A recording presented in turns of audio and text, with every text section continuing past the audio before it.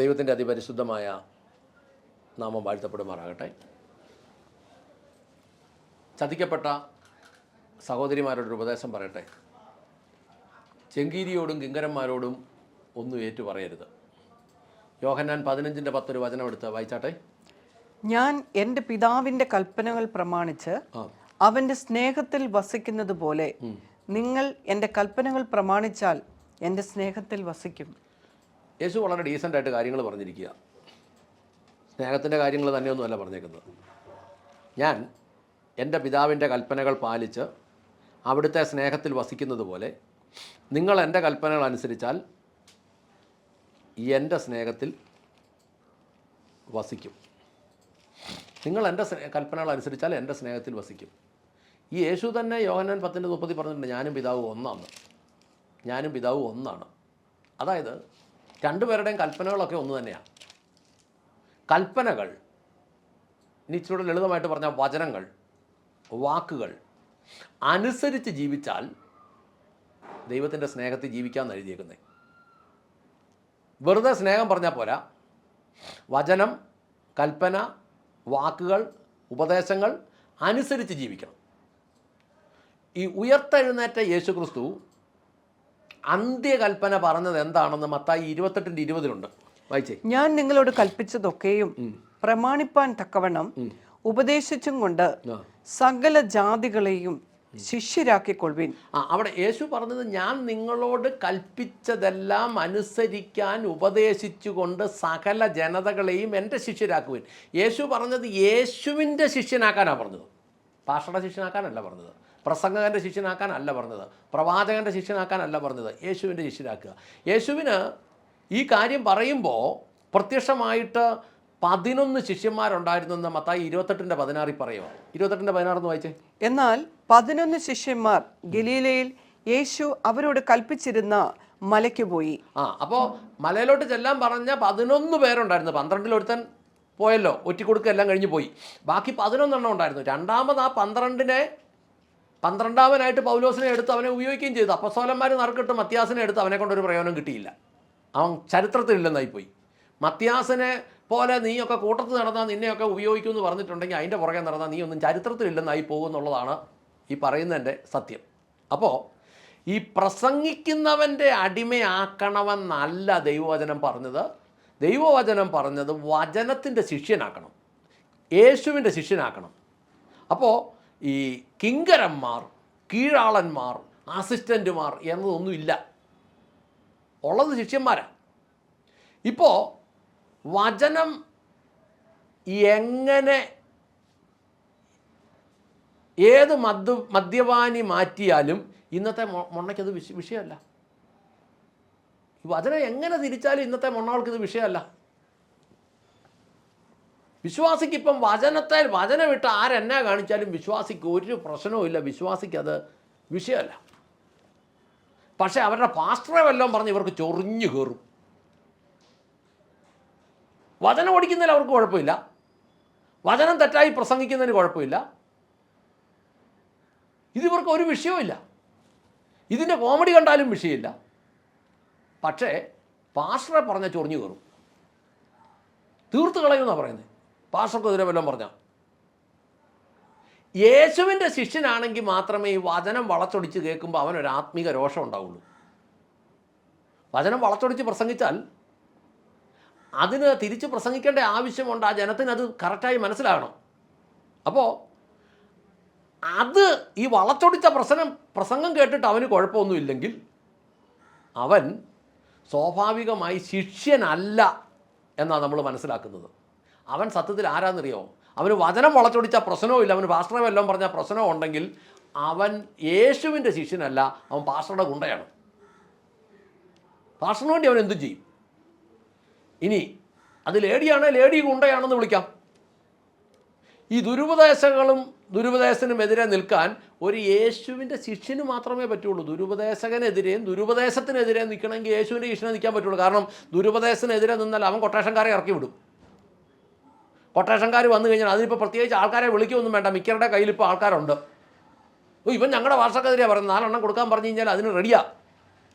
അതിന് കാശും കള്ളും കൊടുക്കാൻ അവൻ്റെ ഇഷ്ടം പോലെ ഉണ്ട് താനും. പക്ഷെ ദൈവം അനുവദിക്കാതെ അടി നടക്കുകയല്ല, ദൈവം അനുവദിക്കാതെ അടി നടക്കുകയല്ല, അത് വേറൊരു കാര്യം. ഇനി യോഹന്നാൻ 8:31-32 വായിച്ചേ. തന്നിൽ വിശ്വസിച്ച യഹൂദന്മാരോട് യേശു, എന്റെ വചനത്തിൽ നിലനിൽക്കുന്നു എങ്കിൽ നിങ്ങൾ വാസ്തവമായി എന്റെ ശിഷ്യന്മാരായി സത്യം അറിയുകയും സത്യം നിങ്ങളെ സ്വതന്ത്രന്മാരാക്കുകയും ചെയ്യും. യേശു വിടുതലിൻ്റെ ഒരു രഹസ്യം പറഞ്ഞു. നിങ്ങൾ തന്നിൽ വിശ്വസിച്ച യഹൂദരോട് യേശു പറഞ്ഞു, എൻ്റെ വചനത്തിൽ നിലനിന്നാൽ നിങ്ങൾ വാസ്തവത്തിൽ എൻ്റെ ശിഷ്യന്മാരായിരിക്കും. അപ്പോൾ നിങ്ങൾ സത്യം അറിയുകയും സത്യം നിങ്ങളെ സ്വതന്ത്രമാക്കുകയും ചെയ്യും. അതിന് യേശു പറഞ്ഞ സൂത്രവാക്യം അല്ലെങ്കിൽ ഫോമുല നമ്മൾ പറയുന്നത് പോലെ ചുമ്മാ നൂജൻകാരനെ കൊണ്ട് പ്രാർത്ഥിപ്പിച്ചാൽ വിടുതലൊന്നൊന്നുമല്ല. അതുകൊണ്ടല്ലേ ഇപ്പോൾ ഈ നൂജൻകാരൻ്റെ വാദക്കലെല്ലാം എന്നാ ക്യൂവാ. ഇപ്പോൾ സിവിൽ സപ്ലൈസ് ഓണത്തിൻ്റെയൊക്കെ സമയത്ത് നമ്മുടെ ബിവറേജസ് കോർപ്പറേഷൻ്റെ വാദക്കലും ന്യൂജൻ സഭകളിലെ പാസ്റ്റർമാരുടെ മുറിയുടെ വാദക്കലുമാണ് അന്യായ ക്യൂ. ശനിയാഴ്ച വൈകിട്ട് ബിവറേജസിൻ്റെ ക്യൂ, ഞായറാഴ്ച രാവിലെ ആരാധന കഴിയുമ്പോൾ സഭ ന്യൂജൻ പാസ്റ്റർമാരുടെ റൂമിൻ്റെ വാദക്ക ക്യൂ. എന്നാന്ന് ചോദിച്ചു കഴിഞ്ഞാൽ ഇതൊന്നും നടപടിയുള്ള കേസൊന്നുമല്ല. തൽക്കാലം ഇതൊക്കെ തട്ടിമുട്ടി വിടാമെന്നല്ലാതെ പിന്നീട് ഇതൊന്നും ചിലവാകുകയില്ല. പിന്നെ ഈ ചെന്ന് നിൽക്കുന്നവനൊരു വിശ്വാസം ഉള്ളതുകൊണ്ട് അതിൻ്റെ പേര് ദൈവം ചിലതൊക്കെ ചെയ്യും. ചിലപ്പോൾ ആ വിശ്വാസത്തിൻ്റെ പുറത്ത് തന്നെ സംഭവിക്കും. ഇപ്പോൾ ഇവിടെ പറയുന്നത് യേശു വളരെ ഡീസൻ്റായിട്ട് പറഞ്ഞു, എൻ്റെ വചനത്തിൽ നിലനിന്നാൽ നിങ്ങൾ വാസ്തവത്തിൽ എൻ്റെ ശിഷ്യന്മാരായിരിക്കും, അപ്പോൾ നിങ്ങൾ സത്യം അറിയുകയും സത്യം നിങ്ങളെ സ്വതന്ത്രമാക്കുകയും ചെയ്യും എന്ന് പറഞ്ഞാൽ വിടുതലിന് യേശു പറഞ്ഞത് ശിഷ്യനായേ മതിയാവൂ. ശിഷ്യൻ വചനത്തിൽ നിലനിന്നാലേ ശിഷ്യനാവുകയുള്ളൂ. അങ്ങനെ വചനത്തിൽ നിലനിൽക്കുന്ന ശിഷ്യൻ സത്യം അറിയുകയും സത്യം അവനെ സ്വതന്ത്രമാക്കുകയും ചെയ്യുമെന്നാണ് കർത്താവ് പറഞ്ഞത്. ഈ കപട സ്നേഹം പറഞ്ഞു നടക്കുന്നവർക്ക് ഇത് പറഞ്ഞു കൊടുക്കാൻ പറ്റില്ല. കാരണം ഈ വചനം പറഞ്ഞു കൊടുത്തു കഴിഞ്ഞാൽ, ഇത് മനസ്സിലായി കഴിഞ്ഞാൽ ഇവൻ്റെ അടുത്ത് ഈ വെള്ളത്തിൽ കിടക്കില്ല. ഈ വിശ്വാസിയുടെ ജീവിതത്തിൽ 2-3 ഘട്ടമുണ്ട്. ഇതിൽ ഈ പ്രാരംഭ ഘട്ടമാണ് ഇവൻ ഈ ജാതിയായിരുന്ന സംവിധാനത്തിൽ നിന്ന് ഇറങ്ങി വരുന്ന ഒരു ആദ്യ സ്നേഹത്തിൻ്റെ അവസ്ഥ. ഈ ആദ്യ സ്നേഹത്തിൻ്റെ അവസ്ഥയിലെ ഇവനെ കളിപ്പിക്കാൻ പറ്റുള്ളൂ. ഈ ആദ്യ സ്നേഹത്തിലാണ് ഇവന് നഷ്ടങ്ങളും പറ്റുന്നത്. നിങ്ങൾ ചിന്തിച്ച് നോക്കിയോ, വിശ്വാസത്തിൻ്റെ ആദ്യ ഘട്ടം എന്ന് പറയുന്ന ആദ്യ സ്നേഹത്തിൻ്റെ ഘട്ടമാണ്. ഈ ഘട്ടത്തിലാണ് ഈ കളിപ്പീരുകാരുടെ കയ്യിലെല്ലാം ചെന്ന് വീഴുന്നത്. ആ ഘട്ടത്തിൽ ചെന്ന് വീഴുന്നവരോട് അവർ വിചാരിക്കുന്നത് നമ്മൾ ഒഴിച്ച് ഭൂമിയിലുള്ളവരെല്ലാം യേശുവിൻ്റെ ആൾക്കാരാണെന്നാണ്, വെറുതെയാണ്. അപ്പം അവരോട് പറയും ഊരി എറിയാൻ പറയുമ്പോഴത്തേനും നമ്മൾ മാല ഊരി എറിയാൻ പറഞ്ഞാൽ കമ്മലും മോതിരം കൂടി ഊരി എറിയും. ആദ്യ സ്നേഹമല്ലേ. ഒരുത്തന് ഭക്ഷണം ഉണ്ടാക്കാൻ പറഞ്ഞാൽ 9 പേർക്ക് ഭക്ഷണം ഉണ്ടാക്കും. ഒരുത്തനെ ചുവന്നുകൊണ്ട് പോകാൻ പറഞ്ഞാൽ 9 എണ്ണത്തിനെ ചുവന്നുകൊണ്ട് പോകും. അവസാനം ഇതെല്ലാം തട്ടിപ്പാന്ന് മനസ്സിലാകുമ്പോഴത്തേനും ഈ കൊണ്ടുപോകുന്ന ആളിനെ എടുത്ത് ദൂരെ കളഞ്ഞിട്ട്, ഈ ആദ്യ സ്നേഹക്കാരനെ എടുത്ത് ദൂരെ കളഞ്ഞിട്ട് അവർക്ക് വേറെ അടുത്ത ആദ്യ സ്നേഹക്കാരനെ കിട്ടും. അവൻ കൊണ്ടുനടന്നോളും. ഇനിയിപ്പം വേറൊരു കാര്യമുണ്ട്, അടൂര് മുങ്ങിയാൽ കൊട്ടാരക്കര പൊങ്ങും, കൊട്ടാരക്കര മുങ്ങിക്കഴിഞ്ഞാൽ കോട്ടയത്ത് പൊങ്ങും, കോട്ടയത്ത് മുങ്ങിക്കഴിഞ്ഞാൽ കൊല്ലത്ത് പൊങ്ങും, കൊല്ലത്ത് മുങ്ങിക്കഴിഞ്ഞാൽ അവിടെ പാലക്കാട് ചെല്ലും. സ്ഥലം ഇഷ്ടം പോലെ കിടക്കുകയല്ലേ. കേരളത്തിൽ പറ്റിയില്ല ആന്ധ്രയ്ക്ക് പോകും, ആന്ധ്രയ്ക്ക് പറ്റിയില്ല ആഫ്രിക്കയ്ക്ക് പോകും. ഇഷ്ടം പോലെ സ്ഥലമല്ലേ കിടക്കുന്നത്. ഈ മുങ്ങാൻ പദ്ധതി ഇടുന്നവൻ നേരത്തെ എങ്ങോട്ട് മുങ്ങണമെന്ന് പദ്ധതി ഇട്ടോണ്ടേ കളിക്കുകയുള്ളൂ. വിശ്വാസിക്ക് അത് മനസ്സിലായി വരുമ്പോഴത്തേന് ഇവൻ ചെല്ലേണ്ടടുത്ത് ചെല്ലും. തന്നെയല്ല ഇവർ ആരുടെയും വായ്പ മേടിക്കുന്നില്ല, എല്ലാം ഫ്രീ ആയിട്ടല്ലേ മേടിക്കുന്നത്. എന്താ വന്നാലും സ്ഥലം വിറ്റാൽ വരെ ദശാംശം വേണമെന്നാണ് പറയുന്നത്. സ്ഥലം വിറ്റാൽ എന്നാ ദശാംശം, ലോൺ എടുക്കുന്നതിന് എന്നാ ദശാംശം.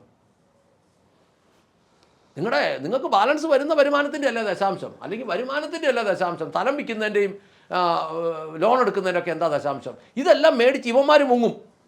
അപ്പോൾ ഈ കപട സ്നേഹ ശുശ്രൂഷകൻ്റെ അടുത്ത് ഒരു കൗൺസിലിങ്ങിന് ഒരു സഹോദരി ചെന്നപ്പോൾ അവരുടെ ജീവിതത്തിലുണ്ടായിരുന്ന കുറച്ച് വീഴ്ചകൾ അവരങ്ങ് പറഞ്ഞു കഴിഞ്ഞപ്പോഴത്തേനും ഈ ശുശ്രൂഷകൻ പിന്നീട് ഇവരെ മുതലെടുക്കുന്ന ഒരു സാഹചര്യത്തിലേക്ക് വന്നു. അങ്ങനെ വന്നപ്പോൾ ആ സ്ത്രീ ചോദിച്ചപ്പോൾ അവർ പറയുക, ഇതൊന്നും പാപമൊന്നുമല്ല, നമ്മൾ ഏറ്റു പറഞ്ഞാൽ മതിയെന്ന്. ഇങ്ങനെ ഒരു അവസ്ഥയിലേക്ക് പോയെങ്കിൽ യേശു എന്നാ പറഞ്ഞെന്ന് നോക്കിയേ, മത്തായി 5:28. ഞാനോ നിങ്ങളോട് പറയുന്നത്, സ്ത്രീയെ മോഹിക്കേണ്ടതിന് അവളെ നോക്കുന്നവൻ എല്ലാം ഹൃദയം കൊണ്ട് അവളോട് വ്യഭിചാരം ചെയ്തു പോയി. അന്നേരം എന്നാന്ന് ചോദിച്ചു കഴിഞ്ഞാൽ, ഈ പഴയ നിയമ കാലഘട്ടത്തിൽ വ്യഭിചാരം ചെയ്യരുതെന്നായിരുന്നു ഉപദേശം. ശരീരം കൊണ്ട് ചെയ്താലേ അത് വ്യഭിചാരമാകുള്ളായിരുന്നു. ഈ സ്നേഹത്തിൻ്റെ അപ്പസ്തോലന്മാർ യേശുവിൻ്റെ ആന്ന് പറയുമ്പോൾ യേശു പറഞ്ഞ ഉപദേശം എന്നാണെന്നറിയോ, ആസക്തിയോടെ സ്ത്രീയെ നോക്കുന്നവൻ അവളുമായി ഹൃദയത്തിൽ വ്യഭിചാരം ചെയ്ത് കഴിഞ്ഞു. ഇവിടെ സ്നേഹത്തിൻ്റെ ഉപദേശം പറയുന്നവർ പറയുകയാ, ഇത് പാപം ചെയ്താൽ കുഴപ്പമില്ല, ഇത് കഴിഞ്ഞ് മാനസാന്തരപ്പെട്ട അല്ല ഏറ്റു പറഞ്ഞാൽ മതിയെന്ന്, മാനസാന്തരപ്പെട്ടാമെന്നല്ല ഏറ്റു പറഞ്ഞാൽ മതിയെന്ന്. ഇവരുടെ ശുശ്രൂഷകന്മാർ ഇത് പറയുന്ന തലത്തിലേക്ക് വീണെങ്കിൽ നേതാക്കന്മാരുടെ അവസ്ഥ എന്നതായിരിക്കും. അല്ലെങ്കിൽ ഇതുപോലത്തെ ശുശ്രൂഷകന്മാർ കൂടെ ഇരിക്കുമ്പോൾ നേതാക്കന്മാർക്ക് ഇവരെ അറിയത്തില്ലെങ്കിൽ ഇവരെന്തൊരു നേതാക്കന്മാരാണ്. അപ്പോൾ ഇത് ഏത് തലത്തിലേക്കാണ് പോയത്? എനിക്കറിയാവുന്ന ഒരു മനുഷ്യനുണ്ടായിരുന്നു. അയാൾ ഈ പുതിയ സ്നേഹത്തിൻ്റെ ഉപദേശകനാണ്. അയാൾ പരിപാടിയൊക്കെ നടത്തിക്കൊണ്ടിരുന്നിടത്ത് അവസാനം ശാപം മുറിക്കലായിരുന്നു മെയിൻ പരിപാടി. ശാപം മുറിക്കാനായി വിളിച്ചുകൊണ്ട് വന്ന ഒരുത്തൻ അവിടെയുള്ള ഒരുത്തിയുടെ കവളെ പൗഡർ ഇട്ടു വ്യഭിചാരത്തിൽ ഏർപ്പെടുന്ന അവസ്ഥ വന്നപ്പോൾ നാട്ടുകാരിടപെട്ടു. അപ്പോൾ ശാപം മുറിക്കുക മിക്കവാറും അടി മുറിക്കുന്ന അവസ്ഥയിലോട്ട് എത്തിച്ചു. ഇതൊക്കെയാണ് കളികൾ. അവസാനം അവിടുന്ന് മുങ്ങി, അവിടെ നിൽക്കക്കളി ഇല്ലാത്തപ്പോൾ അവിടുന്ന് മുങ്ങി അടുത്ത സ്ഥലത്ത് പോയി പൊങ്ങി, പിന്നെ അവിടുന്ന് മുങ്ങി അടുത്ത സ്ഥലത്ത് പോയി പൊങ്ങി, അറിയപ്പെടുന്ന പ്രസംഗകനുമാണ്. അപ്പോൾ നമ്മൾ മനസ്സിലാക്കേണ്ടത് ഇങ്ങനെയുള്ള ചെങ്കീരികളോടും കീരികളോടും ഒന്നും പോയി സഹോദരിമാർ നിങ്ങളുടെ വിഷയങ്ങൾ ഏറ്റു പറയരുത്. നിങ്ങളിത് നേരിട്ട് കർത്താവിനോട് പറ, നേരിട്ട് യേശുവിനോട് പറ. യേശുവിനെ അല്ലാതെ ഒരുത്തനെയും വിശ്വസിക്കാൻ പറ്റില്ല. ഇത് നാളെ ഇതും പറഞ്ഞുകൊണ്ട് അവന്മാർ പുറകെ വരും. അപ്പോൾ യഥാർത്ഥത്തിൽ കർത്താവിനെ അല്ലാതെ യഥാർത്ഥത്തിലുള്ളതിനെ അല്ലാത്തവരെ ഇതൊന്നും ഏറ്റു പറയില്ല. സഹോദരിമാർ, ഇങ്ങനെയുള്ള പേഴ്സണൽ കാര്യങ്ങൾ ഞാൻ ഒരു ഉപദേശമായിട്ട് തന്നെ നിങ്ങളോട് പറയാം. നിങ്ങളത് ഏറ്റു പറയുന്നുണ്ടെങ്കിൽ ദൈവത്തോട് ഏറ്റുപറ. നിങ്ങൾ ദൈവസന്നിധി മാനസാന്തരപ്പെട്, ഉപേക്ഷിക്കുക. അത് നിങ്ങൾക്കൊരു വിടുതലായി മാറും. പ്രാർത്ഥിക്കാം. സ്വർഗസ്ഥനായ ഞങ്ങളുടെ പിതാവേ, ഞങ്ങളുടെ കർത്താവായ യേശു ക്രിസ്തുവേ, പരിശുദ്ധാത്മാവായ ഞങ്ങളുടെ നല്ല ദൈവമേ, നല്ല ദിവസത്തിനായി ഞങ്ങൾ നന്ദി പറഞ്ഞ് പ്രാർത്ഥിക്കുന്നു. കർത്താവെ, കേട്ട വചനത്തിനായി സ്തോത്രം. അനേക സഹോദരിമാർ ചതിക്കപ്പെട്ടു. അവർ പാപത്തിൽ നിന്ന് ഒരു ആശ്വാസത്തിനായി കൗൺസിലിങ്ങിന് ചെല്ലുമ്പോൾ അത് വീണ്ടും വലിയ പാപത്തിലേക്കും വിശ്വാസത്തിൻ്റെ തന്നെ വെല്ലുവിളിയിലേക്കും മാറ്റുന്നെങ്കിൽ എൻ്റെ ദൈവമേ, ഈ ഗോളത്തെ അങ്ങ് ശുദ്ധീകരിക്കണമേ. ചിലതിനെയൊക്കെ ദൈവം തന്നെ കൈകാര്യം ചെയ്യണമേ എന്ന് പ്രാർത്ഥിക്കുന്നു. എങ്ങനെ മാനസാന്തരപ്പെടുത്താൻ പറ്റുമോ ആ തലത്തിലേക്ക് ദൈവം അത് മാറ്റണമേ എന്ന് പ്രാർത്ഥിക്കുന്നു. ഹൃദയങ്ങൾ മുറിഞ്ഞ സഹോദരിമാരെ കർത്താവ് ആശ്വസിപ്പിക്കണമേ. കർത്താവിൻ്റെ സന്നിധിയിലേക്ക് സകലതും സമർപ്പിക്കുന്നു. ഒരു യോഗ്യമായ അവസ്ഥയിൽ കാര്യങ്ങൾ എത്തട്ടെ എന്ന് പ്രാർത്ഥിക്കുന്നു. അങ്ങ് പ്രാർത്ഥന കേട്ട് അനുഗ്രഹിച്ച കൃപയ്ക്ക് നന്ദി. യേശു ക്രിസ്തുവിൻ്റെ ധന്യമുള്ള നാമത്തിൽ തന്നെ. ആമേൻ, ആമേൻ, ആമേൻ.